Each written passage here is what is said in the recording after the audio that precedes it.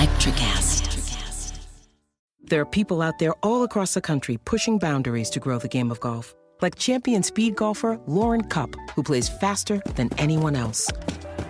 And Will Lowry, whose work in the golf community inspires more kids to get into the game. As a champion partner of the Masters, Bank of America supports everyone determined to find out what's possible. In golf and in life. What would you like the power to do? Bank of America. Bank of America N.A. member FDIC, copyright 2025, Bank of America Corporation, all rights reserved. The kids are still at practice, and I have no idea what's for dinner. You can get a rotisserie chicken and 2 sides for just $15 in as fast as an hour with Walmart Express Delivery. Who said that? Who's in my house? Don't play with me, because I'm not the one. It's just your friendly Walmart announcer. This is a commercial. Oh, okay. You were saying dinner for a family was just $15? Yep, it'll be at your door by the time you get the kids home from practice. Order now. Welcome to your Walmart. Subject to availability, restrictions and fees apply. Now that was a helpful commercial.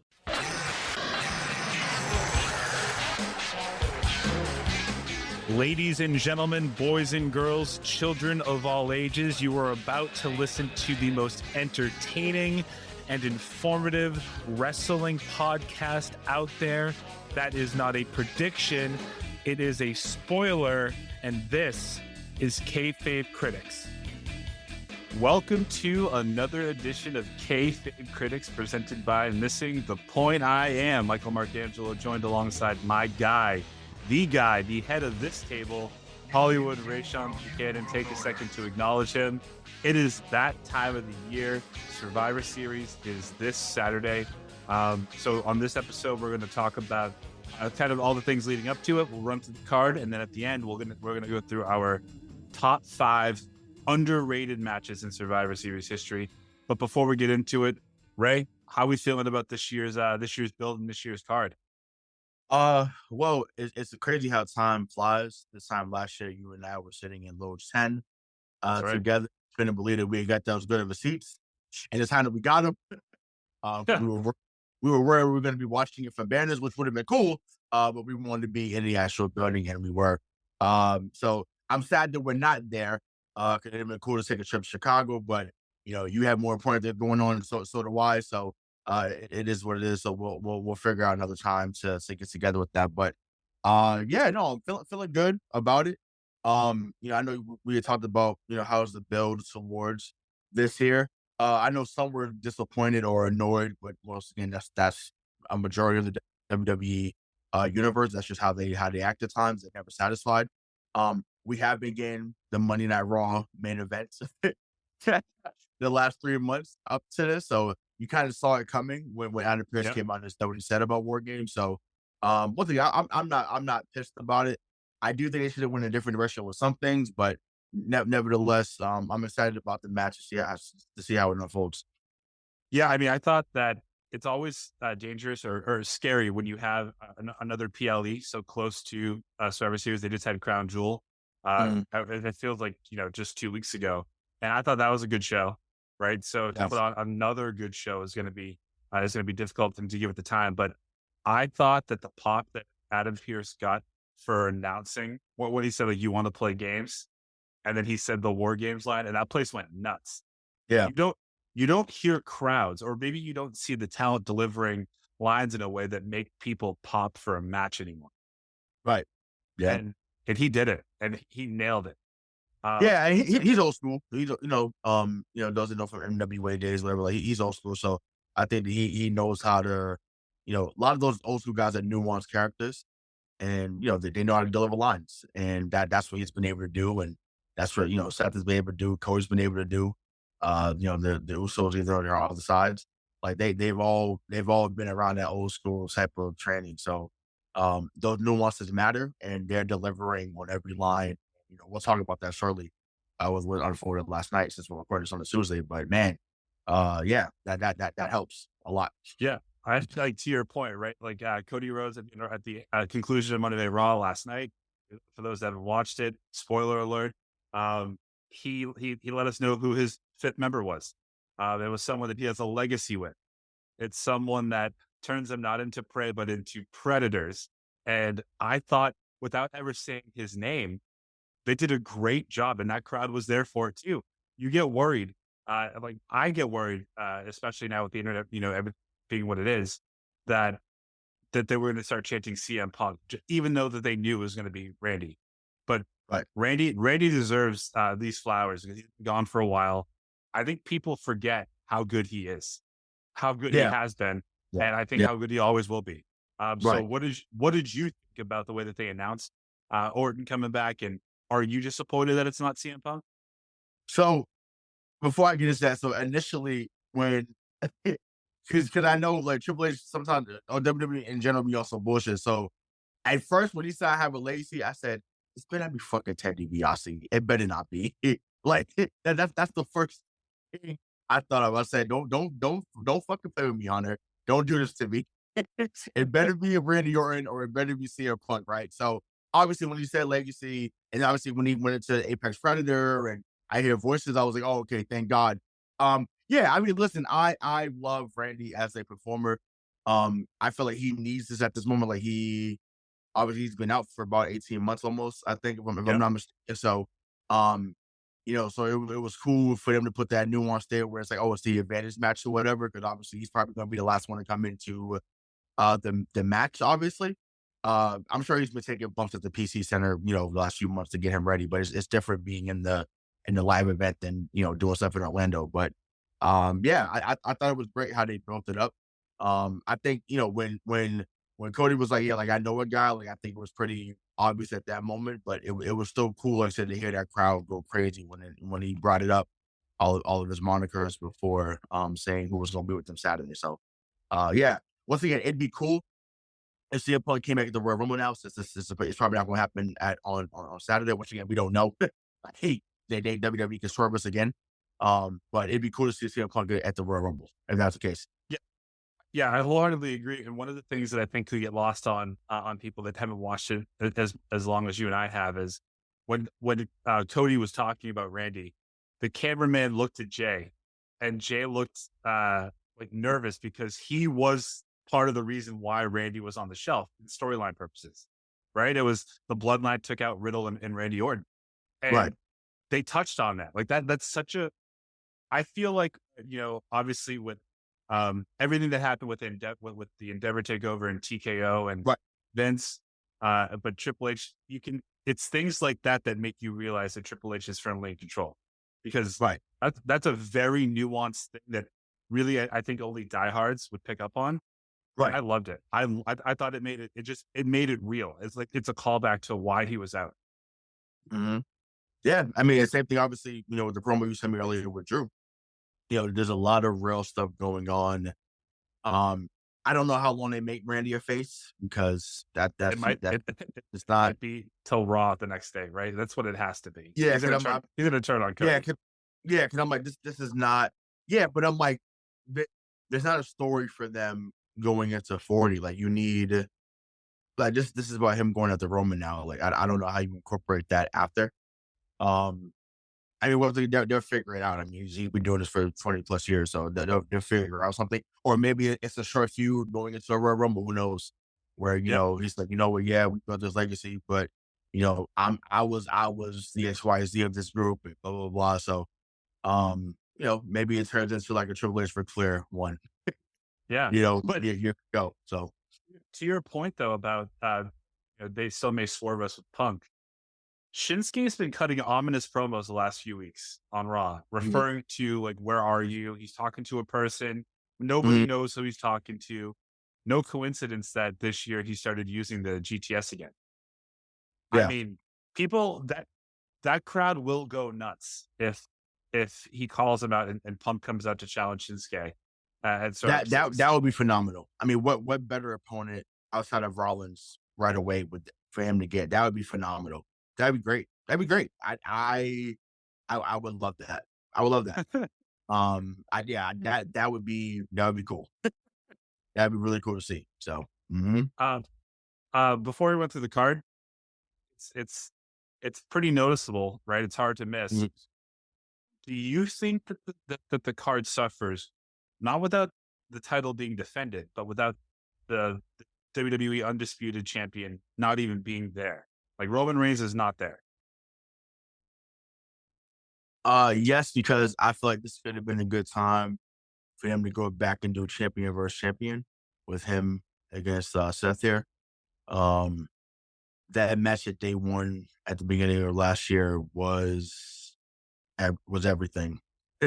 Like they really brought the house down and then and Was the that story was was it that day Day one One or it or was Royal Rumble? Backlash? I think a couple of years ago, right? Or wasn't it when Seth No, came out as the Shield? yeah, I thought it was the day one pay per view last year though. He came out and it was like either the Royal Rumble no, it was the Royal Rumble last year.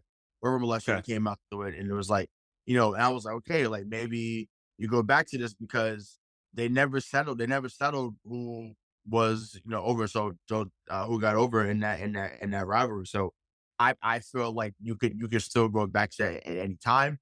I always like to see the champion versus champion. We've seen it the last few Survivor Series, so I feel like that would have been cool to see. But yeah, I mean the draw that he's become, yeah, it's always some type of miss when he's not there.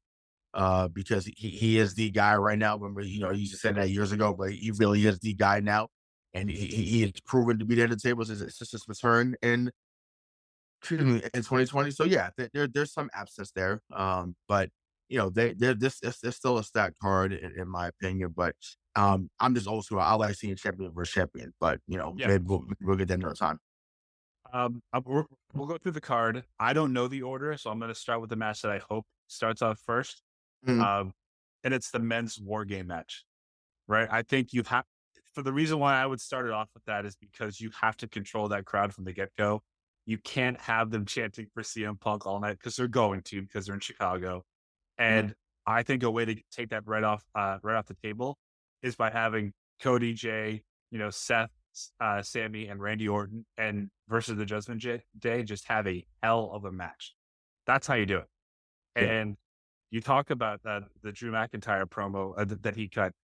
I mean, talk about storytelling made easy, right? Yeah. Yeah.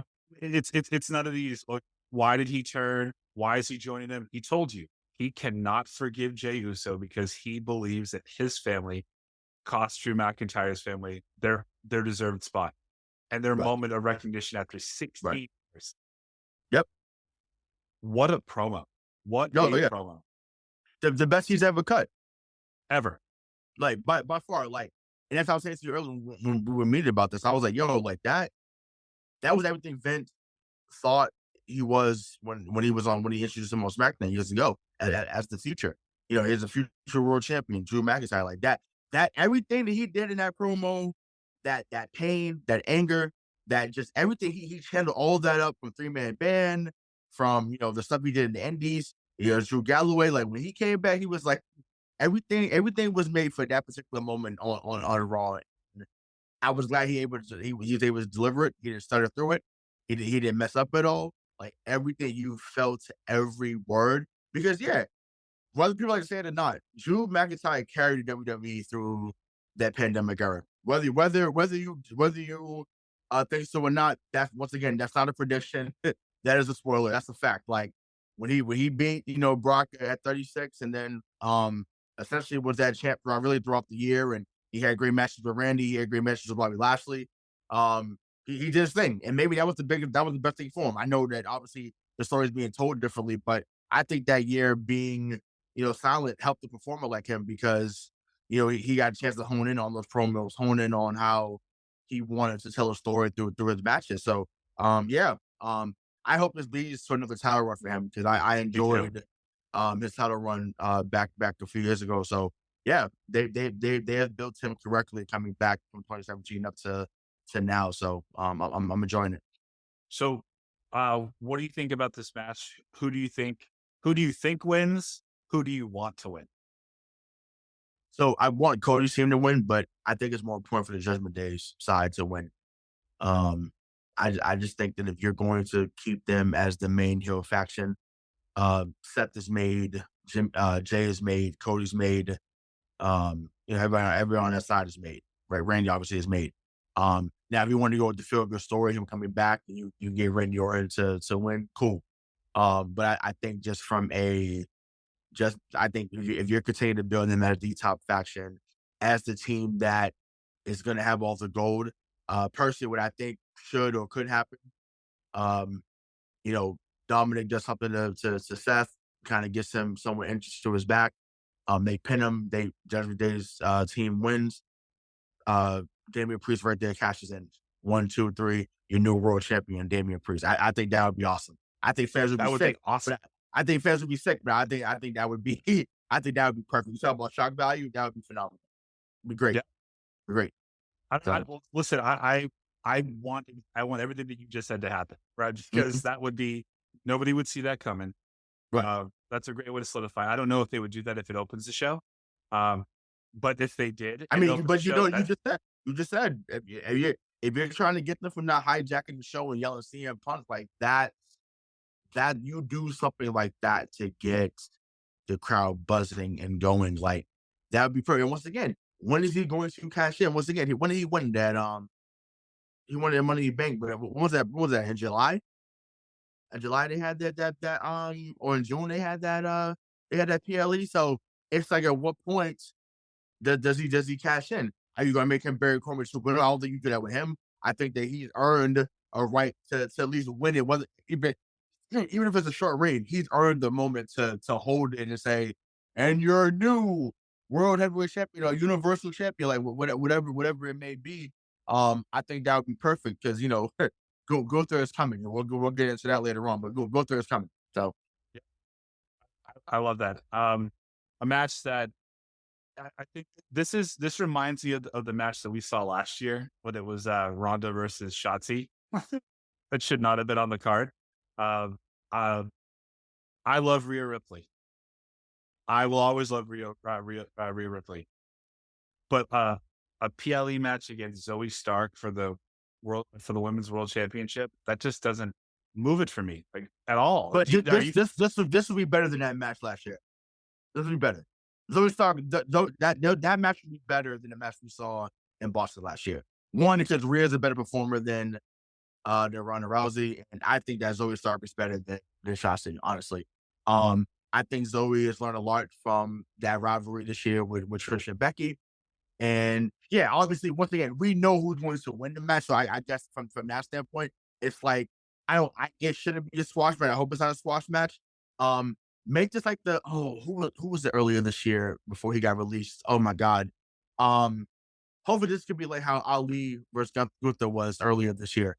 You knew that Ali wasn't going to win, but for a moment, that special belief was there when Ali hit that 450. You were like, oh, is he going to win? Is he going to win his match with not a champion? So that's if it can get to that, I'm fine with that. It did its job. We're cool. It's probably going to be a second match of the night. I disagree with that because it's a world title match. I feel like, in the words of Jericho, you don't put, if you're on second, they don't care about that match. I don't think it should be second because it is for the world title. There's another match on this card that I think should go second, but they can do whatever they want to do, obviously. But I just don't think you don't put a world title match second, in my opinion. That's just well. So the only order that I cared about was starting off with the men's men's matches. The rest of this isn't in any particular order because they haven't released the card. But they would do that though because it's like this match that don't really So are you? I thought you were going to be down on this match going into it. But it seems I don't love that it's happening, but I'm saying like I think it's going to be better on the. No, I'm just being honest. Like I do think this match will be better than. Well, no, we're both high on Rhea, so I like Rhea Ripley. So anytime to see her perform, because Mommy's always on top. That's right. So I love that. And once again, I thought Zoe Stark had a really good 2023. It's good for her to get the spot. Once again, there's only so many she can run through. I thank God it was someone like Nia Jax getting this opportunity. Thank God. You know what I'm saying? So I just like, to me, I'm excited to see how that unfolds. And once again, will it be a 5-star? No. But like I said, I do think it's gonna be better than the women's title match we saw at this time last year in Boston. Next match is just a singles match. I think it was the one that you just alluded to. It's Carlito versus Santos Escobar. Yeah. Santos Escobar cut what I thought was his defining moment, his promo on SmackDown last week, after turning on Rey Mysterio and breaking up the, leaving the LWO. I think Carlito's come back twice this year. Pops have been huge every time. He can still go in the ring. Obviously, he looks great. I think this match, has one of those, in my opinion, it's one of those things that it's presented as meaningless, but it could steal it. It could Yeah. steal the show. Yeah, no, I mean, listen, I think the slow build to make the heel turn for Santos was great. Once again, we saw it coming as soon as he was kayfabed out to be hurt, and Ray comes in, he wins the title. That right there was the entry starter of like, oh, okay, like, okay, now it's a slow build to, you took my opportunity. You know, you were supposed to be, you know, like mi hombre, like you were supposed to be all that. And it's giving me heel 2005 Eddie Guerrero run, and I hope it gets to that level, because if it does, man, you got a next star Yep. ready to rock and roll that could be in that main event status this time next year. So I hope they build this right. Once again, Ray's a professional, so this is probably leading to him and Ray at WrestleMania, which, you know, we were talking about. So I'm hoping that's the case. But yeah, I think you know, when anytime you get a chance to go against the OG. Once again, obviously, you know, we've seen Cena come back in the ring a few times this year. Carlito's from the era as well. I think that, yeah, it's going to deliver. Maybe they put this second, like, you know, like we talked about, who knows? Because it wasn't really a strong feud to get to it. It was just like, you know, a few weeks of Santos showing disrespect, and then he cuts that promo, which was, it's like, hope you break your leg. I think it was right. It's like, damn. Oh, no, it was okay. I was okay. Santos, like, it was just like, damn. I'm like, say it with your chest, big dog. But yeah, I loved what he said, and I'm looking forward to that match for sure. That serious presentation of a bona fide, like, Latin star, right, coming out in a suit, talking all serious like that. In 5 minutes on SmackDown, Santos Escobar did what Alberto Del Rio couldn't do in 5 years in WWE. And I think Alberto, in his time here, he was fine, but I thought he was better when he had the manager. This guy sure. just set himself apart instantly. Yep. And if you can talk on the mic and you look like that, I mean, WWE may have just figured out their next big, you know, Latin star, Mexican star. Like, he might be. And if you're gonna do that, give him Eddie Guerrero's theme from WCW when he was a heel. Halloween Havoc. Yeah. If we're gonna go all the way there, give him Eddie Guerrero's theme music from Halloween Havoc '97 when he faced Ray, which many redeem as a top 10 match of all time. You know, so yeah, that, and then maybe get Juven to come back on that. And listen, there's so many ways they could go with this. It'd be phenomenal. It'd be great. Yep. I would give him his music for that match, and not for this match, I'm saying, but once they build up to WrestleMania. Love it. The next match we have to talk about is for the Intercontinental Championship. And let me just say that you have to be a great heel to make The Miz a good face. Because he's been hated for so long because he's so good at it. But Gunther is just fucking awesome. The promo he cut on The Miz this past week on Monday, like, this was a very strong show. Monday's Go Home show was excellent, and the promo of him saying you were part of an era of wrestling that I didn't like to watch. You were bullied in high school. All you wanted to do is be like your heroes. You got into that locker room and they bullied you because they didn't want you there. Like, holy shit! And that's also true. Love it. Yeah, love it. I mean, like, that's I just saying it, just like. Like, and one thing, I'm sure the Miz went backstage and probably hugged him, was like, yo, that was fucking great. Like, because it's just like, you know, he probably even helped him write it, honestly. You know what I'm saying? Oh, yeah. Like, that was that was phenomenal. But yeah, but if there's anyone that I'd be happy with breaking his reign, is the Miz. Yeah. You know? And once again, maybe it happens here because you're like, okay, he's already got the record. And now just maybe puts him in a world title picture with Seth Rollins or whoever is the guy. So I'm actually looking for Miz to end that reign. Really? For him, yeah. I mean, once again, only because I want Gunther to be looked at in the world heavyweight picture order. You know what I'm saying? I feel like that it's time to get him into that ascension, so to speak. So yeah, I think that it would be great to see that. Or you know, you have Miz lose there, and then you do like their best out of 3 with them, right? Because they're gonna have a December pay-per-view. And sorry, PLE, old school. December PLE, and then they're gonna have Royal Rumble. So Maybe they have a best of 3. Who knows? Yeah. But either So way, get as much out this field as you can. I want Miz to win for what you just said, because I think that now is the time. And I think there has established himself. He's put himself in the main event era, right? I mean, he's something because he can talk and people instantly don't like him because he sounds like he's condescending. And the guy can just go. His matches are hard hitting. They're believable.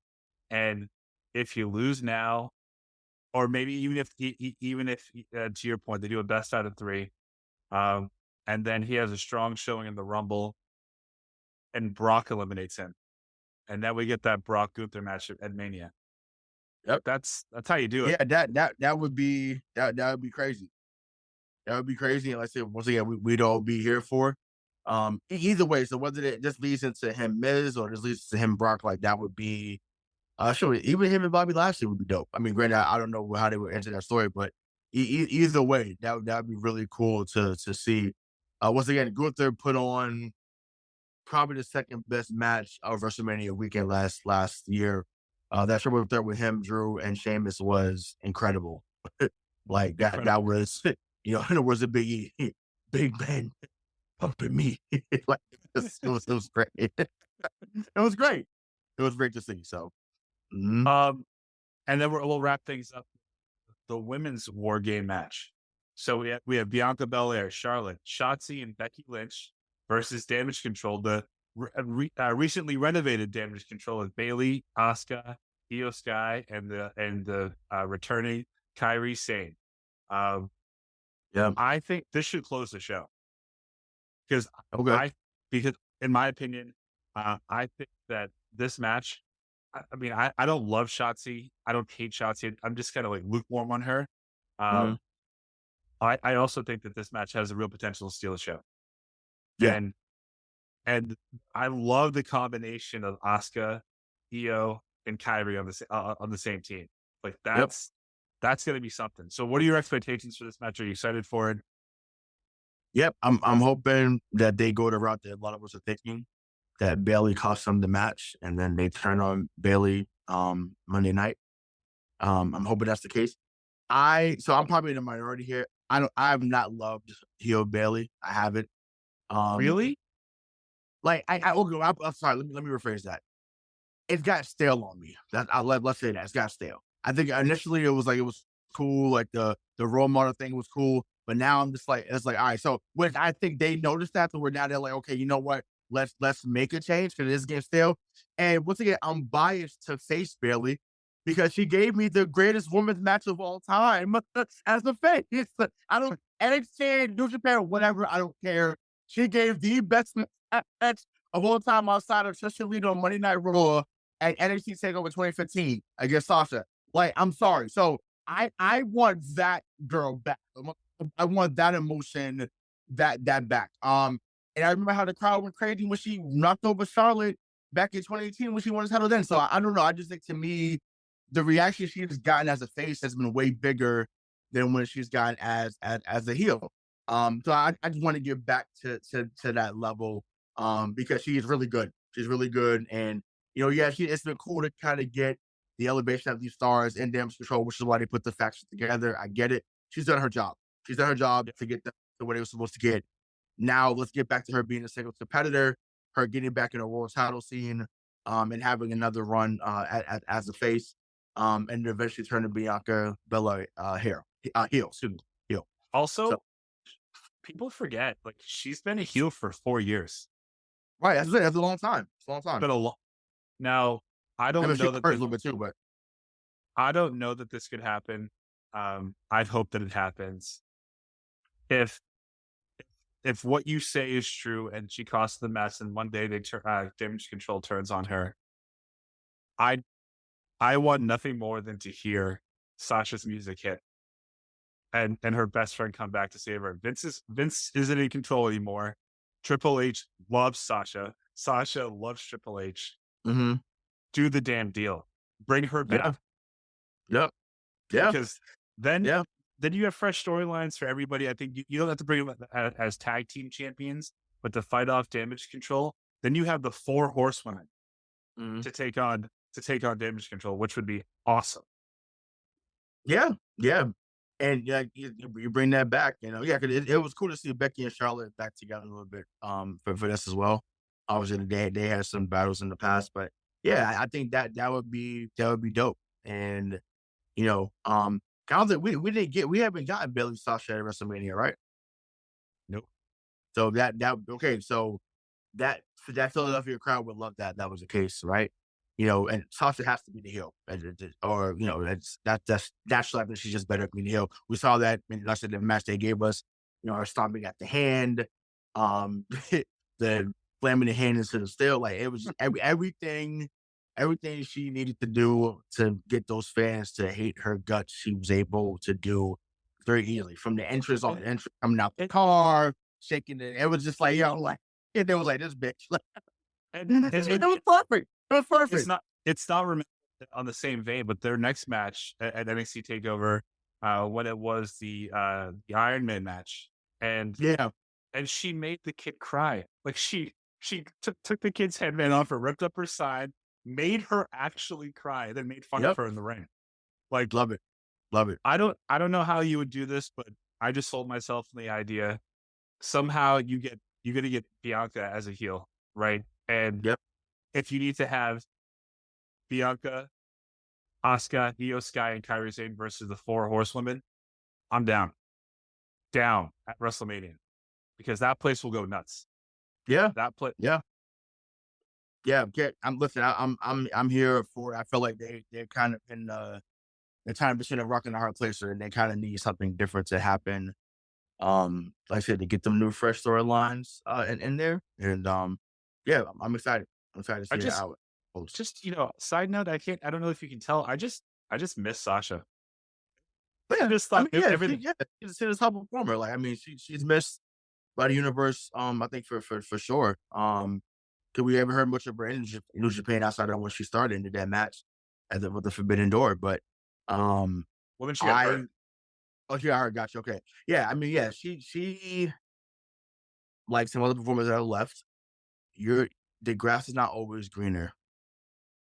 You were in the WWE for a reason. They presented you in a different way. You need to be here. Period. Well, and once again, I get getting away from Vince. I totally am on that, and I feel the same way about Sasha. I feel the same way about Naomi. I even feel the same way about Ronda Rousey. What's crazy that I'm like, hey, was that real? Did she debut the Ring of Honor? Was that real?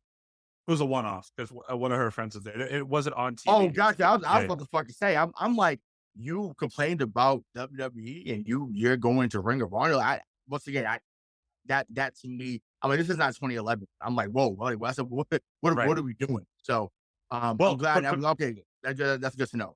But for Sasha, the grass may have been greener because she was getting the star treatment with New Japan, and then she had a pretty bad injury, I think, in May that forced. I mean, she hasn't wrestled since. Like she's been out for 8 months.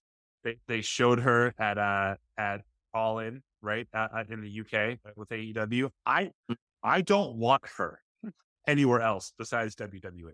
Yeah, because I like the whole whatever Monet thing, but Sasha Banks, the legit boss, that's one of the I think that's one of the best and most important characters that they've created in the last 15 years. Yeah, my little cousin Zaria adores Sasha Banks. Like, I mean, to the point that she was now in 3rd grade, I think, but she was in kindergarten. Sorry, Steven, I'm telling the story. But they would do like a little show and tell thing, and they're like, oh, we're gonna show and tell like our favorite song. And Zaria comes up with the Sasha Banks glasses. And it was like, like, and just and obviously that song got some further in it. So it was like, okay, we're not gonna play this anymore. But thanks. I was like, oh my god! But I mean, Sasha Banks is actually she's actually featured Zarya on her story because she did like a story. She's like, oh my god, how cute is this? So yeah, I feel like Zarya's probably gonna be a future wrestler because of Sasha Banks. Like that, you will see a promo in about 20 years. Like, I wanted to be you and now I get to whip your ass in the ring. Like, it's gonna be great. It's gonna be great. So, Love it. root for you, Zara. You got this, girl. That's right. That's right. All right. So top 5, your personal list of the most of the best underrated matches in Survivor Series history. All right, cool. So let me go through it now. So this is not necessarily in order, but I'm just what I wrote. So this is 2011, the Awesome Truth versus Rock and Cena. That was, people forget how hard of a tag team Miz and R-Truth were at that time as a heel. You know, like that. It was the crowd. It was super over, right? Yep. Crowd was loving him, and obviously, we were getting the beginning of the feud between Rock and Cena. Rock made his return to the ring in 15 years. Where it all began at Madison Square Garden, back in '96, obviously. So that was cool. It was cool to see him and Cena team up, and obviously what that led to at WrestleMania 28 and 29. So that was one of my favorite matches there. But I think what's lost about that match is, it didn't make sense from a storyline purpose because Cena and Rock Rock cost Cena the match against the Miz at WrestleMania. Miz, right? Yeah. Mm-hmm. But people, I think they thought because of how long the Rock had been out of it that there would be some ring rust, and he was so good. Good. Yeah. He was so good. Yeah. I mean, I think before the match even started, in one of his backstage, wasn't he singing New York, New York with the crowd? Like, only the Rock can do that shit. Right. Yeah. Yeah. Like I say, he came out, he looked great. And once again, I argue like his 2011 and 2014 run was just as good as his first one, really. I love the match he had at Royal Rumble. I guess he had Punk a year later. Like, it was great. So that was one. 2 is Team Angle versus Team Lesnar, where we kind of seen the rise of Cena at that moment. When he kind of they gave that foreshadow to him against Big Show, because when he picked him up and put him on his shoulder to give at that time, because it was called the FU. It wasn't the AA. It was called the FU. You can't see me. Just because of who was made out of that, like that to me is in my top 5, because it was that was 03 in Dallas, right? Yes. Yeah. Mm-hmm. Okay, Yep. Even though it's funny, like that's an underrated match, but that wasn't the best 5 for 5 that night. Just something happened. Yeah. So, but what a performance that was. But and then next, ironically, it's funny how some of this is happening now. The Shield and the Real Americans, versus the Usos, Rey Mysterio, Cody Rhodes, and Goldust. For those that remember, 2013, Cody Rhodes and the Goldust, they went back and forth with the Shield.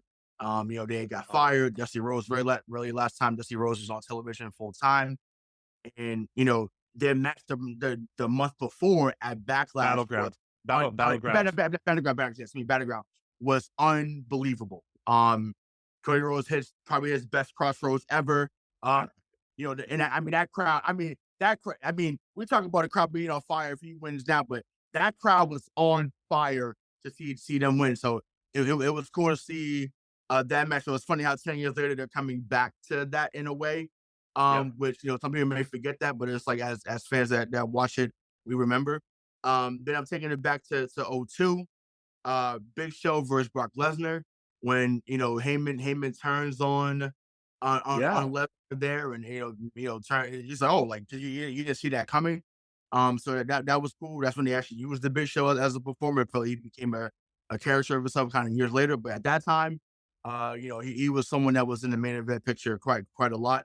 And then the last but not least, I think this is 04, but or 05, I can't remember, but Christian versus Shelton Benjamin. I just felt like, Christian, great performer, Shelton Benjamin, a great performer. This is right after he had beat Jericho on that Taboo Tuesday pay-per-view for the IC title, which he talks about with Chris Van Vliet, that he didn't know that he was winning until Jericho didn't kick out. Jericho was like, yep, yeah, you're the champion. All right. It's like, okay, cool. So for him to be in that reign and have put on a match like that with Christian, I wish that Shelton Benjamin, we remember him for some more matches, but I feel like, Christian had a good year overall. Remember, I was talking to you off air about that match between him and Jericho at 20, and then obviously, this match happened later on that year. But yeah, those are 5 matches I think about. Of course, there's more, but those are some that come to mind that happened at that pay-per-view. Love that list. Great Yeah. list. Yeah. All right. So again, no particular order. One, I'm going to start off with the one that occurred at the same year. It was Team Austin versus Team Bischoff, Survivor Series 2003. Yep. And that really cemented, I think, that was a big kickoff and cementation of Evolution. I thought Austin assembling that team and then picking Shawn last, right? Shawn was the guy that Austin, up until 2002, that Austin had retired. That would be it. And when I think at the towards the end of the match, Shawn was the sole survivor for his team, and it was 3-on-1. And then he works his way all the way through, telling the story the only way that Shawn can. All hell breaks loose. Austin's chasing Bischoff down the entrance. Batista comes out of nowhere and power bombs the ever-loving shit out of Shawn, leaving him with a pool of his own blood. And then Randy Orton picks up, covers him for the win. That would send Austin, away for like a month. Right. Yeah, exactly. Right. But to add to that match, right? Like the reason why that was so great storytelling, and it was that match was like I said, that was the best of the night there. But what was crazy about that match too was like, and you just alluded to it, everyone that's a wrestling fan from that time remembers the call, the Austin era has begun from Jim Ross. So it was very fitting at that time that the Austin era began against Shawn Michaels and it ended because of Shawn Michaels. So that was a great call back there. That once again, people with a casual eye wouldn't think about that or remember. But obviously for like us that are super tapped in to WWE, like we knew what that was there. So that was awesome. So yeah, that's always one of my favorites there. I know that you know this. I'm sure that our listeners know this too. Is that I'm a big Shawn Michaels fan, so don't be surprised as if he reappears on this list. Next one is going to be 2007, Randy Orton versus Shawn Michaels for the WWE Championship, with the moniker that Shawn couldn't do Sweet Chin Music. So this is obviously a few months after the horrific events with Chris Benoit and his family. This is the first time that the crossface was used on WWE television since then. And Shawn, of course, it was Shawn to do it, and the whole place goes nuts. Again, the storytelling of Shawn lost because at the last second he went to go hit Sweet Chin Music. He realized he couldn't do it, and then he gets RKO'd, and it's 1, 2, 3. That was a run in which Randy Orton and Shawn had some of their best matches. Like I think, listen, I'm pretty biased. I think Shawn's the greatest of all time. But when you look at his 2007 run with Orton, 2008 run with Jericho, and then obviously 09. Cena too. Don't forget him and Cena. That was 06. No, that's the same year, 07. Oh, earlier in the year, yeah. You're right. It was crazy. Yeah, it was everybody he did a program with it delivered. Him and Flair delivered. Him and Orton delivered. It did not matter who he was across them. What was that No Mercy match? Was that him and Jericho at No Mercy? Yeah, crazy.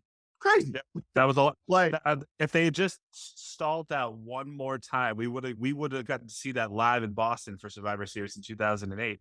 But instead, he was part of some ridiculous, Survivor Series tag match that nobody remembers. Next one.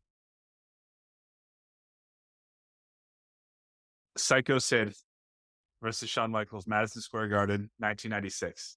Wow. This wasn't one of Shawn's best matches, but it was Psycho Sid's best match. And this in WWE. This is this is after 8 months of Shawn being the champion in 1996. The only reason I picked this match is because I think that everyone does remember Austin versus Brett at Survivor Series 96. Like that stole the show. But what I loved most about this about the Shawn match was how the fans turned on him, and you saw a little bit of heel Shawn peeking out in this match. And I don't think people expected Sid to hit the powerbomb and count the 1, 2, 3. And for that place to pop, I thought it was awesome. I thought they did a really good job telling that story. Yeah, and I mean, but then it led to a really good match with him and Taker at 13.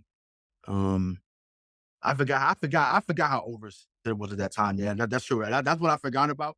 Because if I think 96, I think about just the Rock, and I think of Austin Bray. I forgot about the second said Shawn Michaels match that year. I forgot about that one. 2001, we have the Dudley Boys versus the Hardy Boys. Mm. I think this is for the unification. For Yep. the DC, like that was it the WCW tag belts? Yeah, WWE Might have been, tag belts. I thought that the Invasion gave us a lot of headaches when you look back at it now. I think they did the best with what they had because Vince wasn't going to pay everybody to come in for WCW. But Right. what I loved most about this match is that the Dudleys. I don't know if you remember, but the Dudleys won this because Jeff refused to climb out of the cage with Matt. Once he got to the top, he tried to do a swanton bomb and he missed. Yep. I thought it was just those four or those six really with Edge and Christian too. There's nothing they couldn't do. Right. In a ring. Correct. Yeah. Correct. And it's funny hearing them tell the story behind the scenes about how like Devo was scared to climb a ladder, and that the one from earlier that year where at TLC 2 when Edge spears Jeff Hardy, it was like Rhino came up with the idea of using the ladder to kind of swing the pendulum where Edge could catch him and then bring him down. And I'm like, that it was like Rhino came up with the idea, like that's crazy. So so that was interesting. But yeah, I was hoping you brought up that one because that would have been honorable mention for me. But yeah, they didn't miss from like 99 to 02, 03. Like they didn't miss when it came to tag team matches between those six guys. So I'm glad you gave them their flowers there for that one. And then this is my last one that should I think it's remembered, but it's not for the match. It's for an appearance during the match. Team Authority versus Team Cena, Survivor Series 2014. With Dolph Ziggler. Yeah, with that, and like that was one of the 550,000 times that they should have put a rocket, on Dolph Ziggler and made him the guy, because everyone in the crowd was on Ziggler's side. I mean, Cena gets eliminated early. You have perfect heel Triple H, perfect heel Stephanie, all that shit, and then Triple H interferes in the match, puts out Ziggler, the lights go out, and you see Sting for the first time. Yep. And that was, regardless of what happened for the remainder of his run, that moment will live on forever. Yeah. And it was. I'm sure Seth Rollins is sick about that because we could have seen more of him in there, and we could have seen other guys that he went against with that buckle bomb there. But yeah, that was great. Once again, Ziggler was on the hell of a run at that time.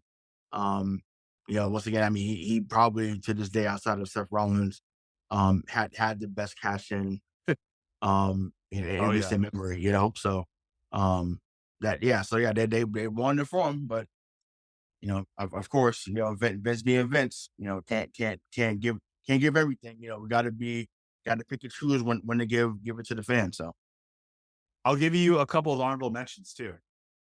Okay, one includes my guy. It's the infamous Survivor Series match, but it's just not that year. It's Brett versus Shawn for the WWF title in 1992. Yeah. Mm-hmm. Yeah. Like, I mean, that is. I was going to say, I'm going to be able to hear this before. That was a match. They're underrated about 97. No, I mean, some would say that it was. I mean, that's gone on, created its own identity, right? But I mean, right. This 92 was a technical classic that it ushered in the new era. You still had guys like Hogan, Savage, all from the 80s, hanging on. But after this main event, if you didn't know like who the two workhorses for the WWF at the time were, you did at the end of it. Like it was a great show. Agreed. Are you ready for one more honorable mention? Yeah, let's do it. Triple H versus Ric Flair, Survivor Series 2005. Oh, 05. Yeah. It was cool. It was cool to see that happen. Obviously, they really I mean, they ran WWE from 02 to 05 or 06, I should say. But that, some people call it a reign of terror. But it's like, but I just felt like he said he was going to make Batista and Randy Orton stars, and he did. He said Well, he was he going didn't, to. he didn't really make Randy Orton a star. He tried to bury him. I mean, well, I mean, obviously, we learned more about Randy behind the scenes. Like Randy's stuff to himself too.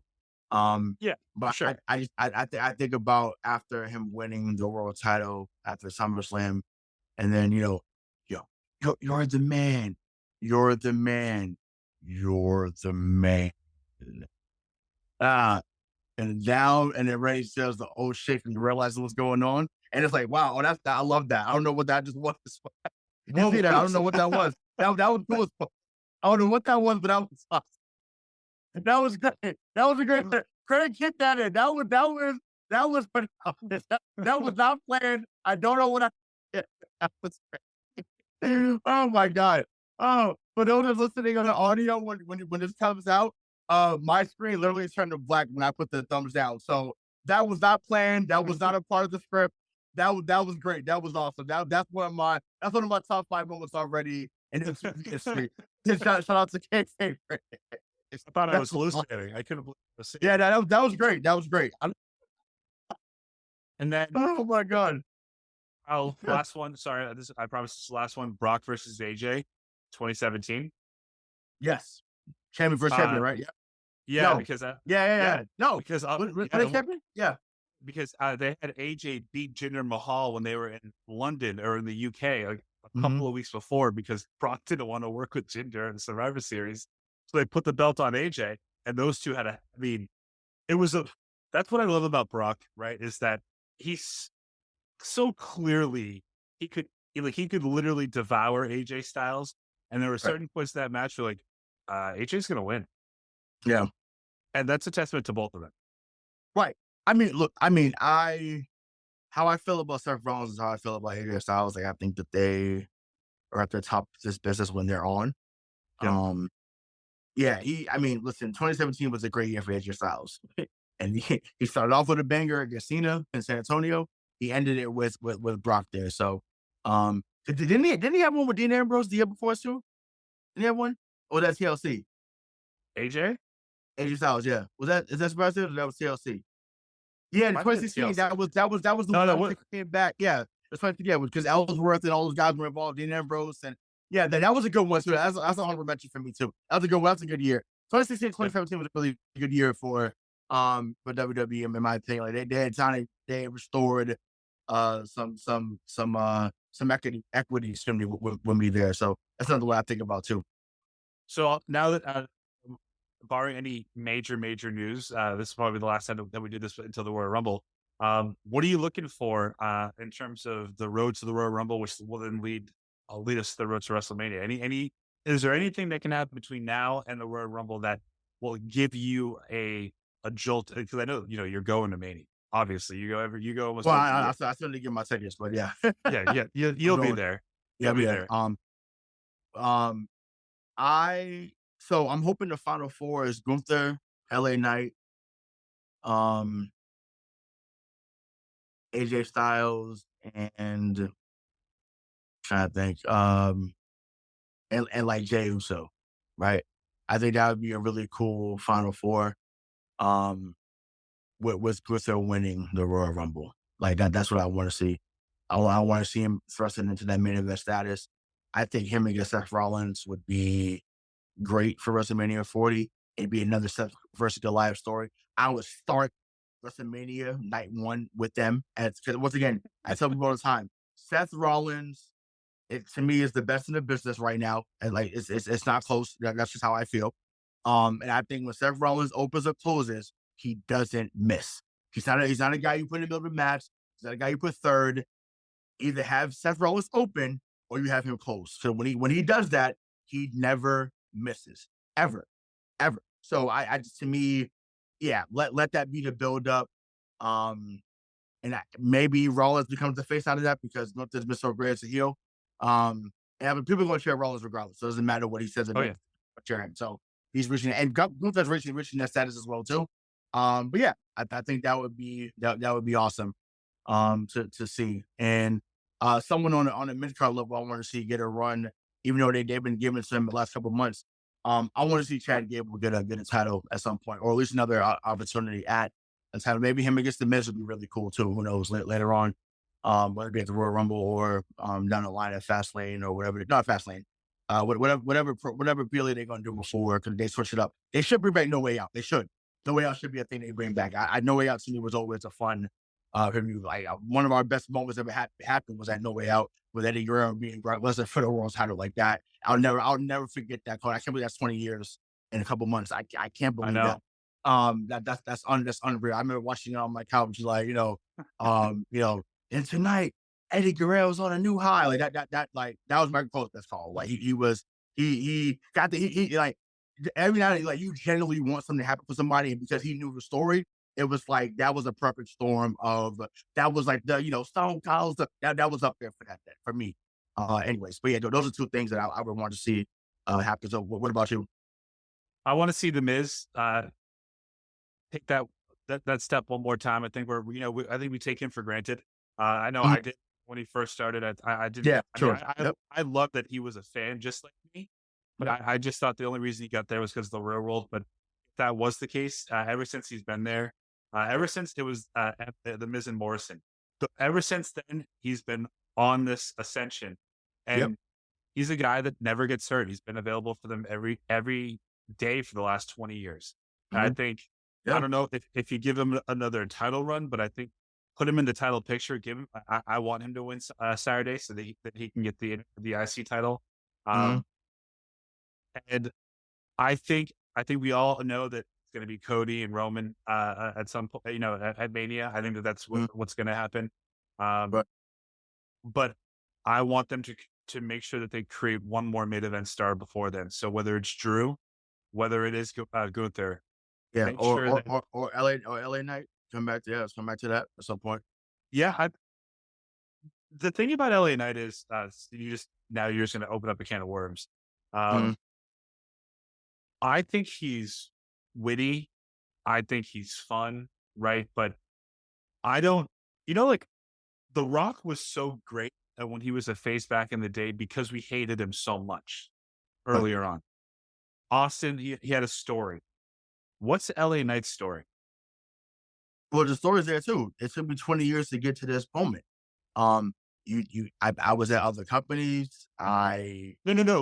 We know it, but how has he presented it in WWE so far? He's just I'm the star. I mean, he's kind of set it in pieces, but it's just like I guess maybe they went in a different direction with how they wrote it out. But I mean, they can always reverse it. I mean, like my thing is they were trying to make him a heel, and it shit didn't work. Like literally. It went from him being a male model or whatever, and then he comes up with and they're screaming LA. Like, I mean, that's out of his control. They was out screaming LA Knight. It was just like, okay. Like, I'm like, it was like 3 weeks before WrestleMania, and his music dropped, and that crowd was fucking ballistic. And I was like, oh, okay. I was like, well, clearly they're telling y'all he's a guy that we're behind right now. And also maybe it'll stop by, by May. Nope. No. Whose game is that? With everybody saying LA Knight. Yeah, like that. I mean, listen, I was at an AEW event in July because they came in. It was Blood and Guts. I think AEW Blood and Guts, and they were shooting Collision 2, and I was up in the balcony. That crowd, once again, AEW crowd was yelling LA Knight. Yeah. Like people calling people dummies like that. So this man is over. Like he's over. And once again, I don't know how they're going to present it, how they should present it, but I'm telling you, this man is, they put a rocket to him. I think he's going to deliver. And I don't know. They got to figure it out how to tell the story. I don't know. Just like my thing about him is let him tell the story. Because once, let him. He's got everything else. He's got everything else. Everyone loves chanting his name, but that only lasts so. I mean, that only lasts so long. Look what happened with Cesaro. Everyone was doing the swing and the King of Swing and all that, and he couldn't connect on the microphone. He just couldn't. Well, that's not LA Knight weakness. He can tell you. So that's the biggest difference. Like I would argue Cesaro was probably better in the ring than LA Knight, and that's fine. But like I love the BFT finisher. Love that. I love it. I think that's a great move. So yeah, I mean, once again, if you had Cesaro would be world champion if Cesaro had talking skills that LA Knight had. Because Cesaro had everything else. World champion. Claudio Castagnoli, whatever his name is now, and over in AEW. So yeah, he'd be world champion now. So yeah, but yeah, don't make it Cesaro 2.0. Let him give out there. Maybe he fucks around and loses a Royal Rumble. Who knows? I don't know. Because Triple H said it, he kind of alluded to it. He said, "Oh, good things come to those who, to wait." Because I was there for SummerSlam, right? When he won the Slim Jim Battle Royal, 58,000 went ballistic. Like, obviously, fans are coming out, and this came out, whatever. When you heard the L.A. that general there, and I mean, from the moment he, and coming into the ring, like, it was like, it was, I'm telling you. So the crowd would go ballistic if he wins at Royal Rumble or he wins at WrestleMania. The crowd is still very much behind him. So, once again, give the fans what they want. Triple H, give the fans what they want. I agree. So, for my guy Rayshawn Buchanan, this is Michael Marcangelo saying thank you so much for listening to Kayfabe Critics. Enjoy Survivor Series, and we'll be talking to you on the road to WrestleMania.